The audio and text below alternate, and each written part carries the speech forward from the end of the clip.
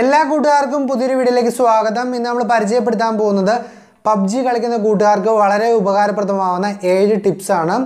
ഞാൻ ഈ ടിപ്സ് പറഞ്ഞു തരുന്നത് ബിഗിനേഴ്സിന് വേണ്ടി മാത്രമാണ്. പ്രോ പ്ലെയേഴ്സ് ആരും ഈ വീഡിയോ കണ്ടിട്ട് എന്നെ ചീത്ത വിളിക്കരുത്. ഞാൻ വലിയൊരു ഗെയിമർ അല്ല.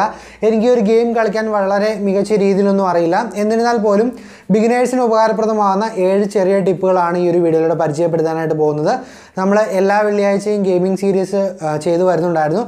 ഒരു ചെറിയ ബ്രേക്കിന് ശേഷം വീണ്ടും സ്റ്റാർട്ട് ചെയ്തിരിക്കുകയാണ്. അപ്പോൾ പണ്ട് തന്നുകൊണ്ടിരുന്ന ഒരു സപ്പോർട്ട് ഇപ്പോഴും തരുമെന്ന് ആഗ്രഹിക്കുകയാണ്. എനിവേ, ഇന്നത്തെ വീഡിയോ നിങ്ങൾക്ക് ഇഷ്ടപ്പെടുവാണെങ്കിൽ നിങ്ങളുടെ കൂട്ടുകാർക്ക് കൂടി ഷെയർ ചെയ്ത് കൊടുക്കണം. ആദ്യമായിട്ടാണ് നമ്മുടെ ചാനൽ വീഡിയോ കാണുന്നതെങ്കിൽ ചാനൽ സബ്സ്ക്രൈബ് ചെയ്ത് ബെല്ലൈക്കൺ ഓൺ ചെയ്ത് വെക്കാനായിട്ട് ശ്രമിക്കണം. അപ്പം നമുക്ക് ഈ ഒരു വീഡിയോ കണ്ട് എന്തൊക്കെയാണ് 7 ടിപ്പുകളെന്ന് കണ്ട് മനസ്സിലാക്കാം.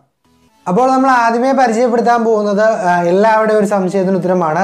ഈ ഒരു ഗെയിം കളിക്കുമ്പോൾ പെട്ടെന്ന് ബാറ്ററി ഇറങ്ങി പോകുന്ന ഒരുപാട് ആൾക്കാർക്ക് കംപ്ലൈൻ്റ് ഉണ്ട്. ബാറ്ററി ചാർജ് ഇറങ്ങി പോകുന്നുള്ളത് എല്ലാവർക്കും അറിയാവുന്ന കാര്യമാണ്. അതിന് നമുക്ക് പെട്ടെന്ന് കുറയ്ക്കാനൊന്നും പറ്റില്ല. അതായത് നമുക്ക് ഒരുപാട് നല്ല ഗ്രാഫിക്സ് ഉള്ള ഗെയിമാണ്.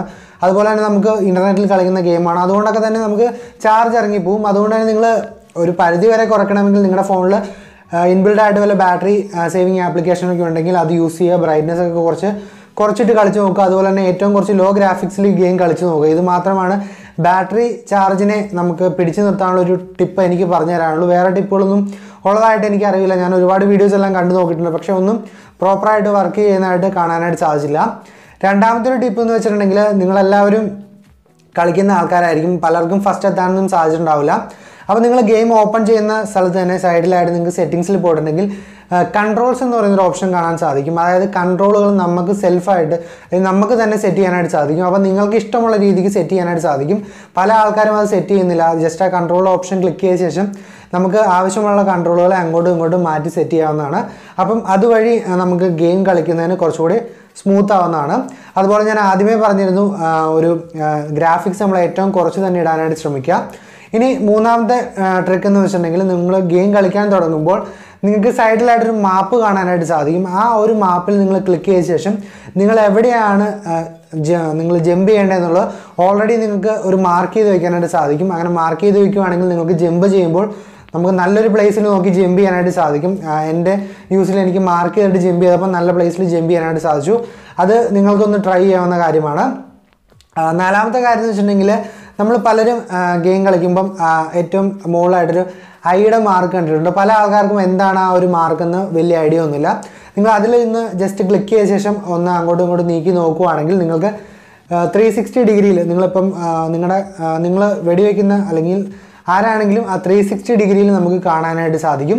അപ്പം അതൊന്ന് ട്രൈ ചെയ്ത് നോക്കുക. അഞ്ചാമത്തെ ടിപ്പ് എന്ന് പറയുന്നത്, നമ്മൾ കളിക്കുമ്പം ഷൂ ഇട്ട് കളിക്കാതിരിക്കാനായിട്ട് ശ്രമിക്കുക. നമ്മൾ ഗെയിം കളിക്കുമ്പോൾ അതിൽ ഷൂ ഉണ്ടെങ്കിൽ നമ്മൾ നടന്നു പോകുമ്പോൾ ആ ബൂട്ട് അടിക്കുന്ന സൗണ്ട് ശരിക്കും കേൾക്കാനായിട്ട് സാധിക്കും. അതുകൊണ്ട് തന്നെ നമ്മൾ കളിക്കുന്ന സമയത്ത് ഓപ്പോസിറ്റ് കളിക്കുന്ന ആൾക്കാരൊരു ശ്രദ്ധിച്ച് കളിക്കുവാണെങ്കിൽ നമ്മൾ ആ ബൂട്ട് നടക്കുന്ന ശബ്ദവും മറ്റും കേൾക്കാനായിട്ട് സാധിക്കും. അതുകൊണ്ട് ബൂട്ട് ഒഴിവാക്കിയിട്ട് കളിക്കുന്നത് എപ്പോഴും നല്ലതായിരിക്കും. അതുപോലെ തന്നെ ആറാമത്തെ ഒരു ട്രിക്ക് എന്ന് വെച്ചിട്ടുണ്ടെങ്കിൽ, നിങ്ങൾ ഗെയിം കളിക്കുമ്പോൾ തീർച്ചയായിട്ടും ഹെഡ്സെറ്റ് ഉപയോഗിച്ച് കളിക്കാനായിട്ട് ശ്രദ്ധിക്കുക. നമുക്ക് വളരെ മൈന്യൂട്ടായ ശബ്ദങ്ങൾ പോലും ഈ ഒരു ഗെയിമിൽ നിന്ന് കിട്ടുന്നതാണ് ഹെഡ്സെറ്റ് യൂസ് ചെയ്ത് കളിക്കുമ്പോൾ.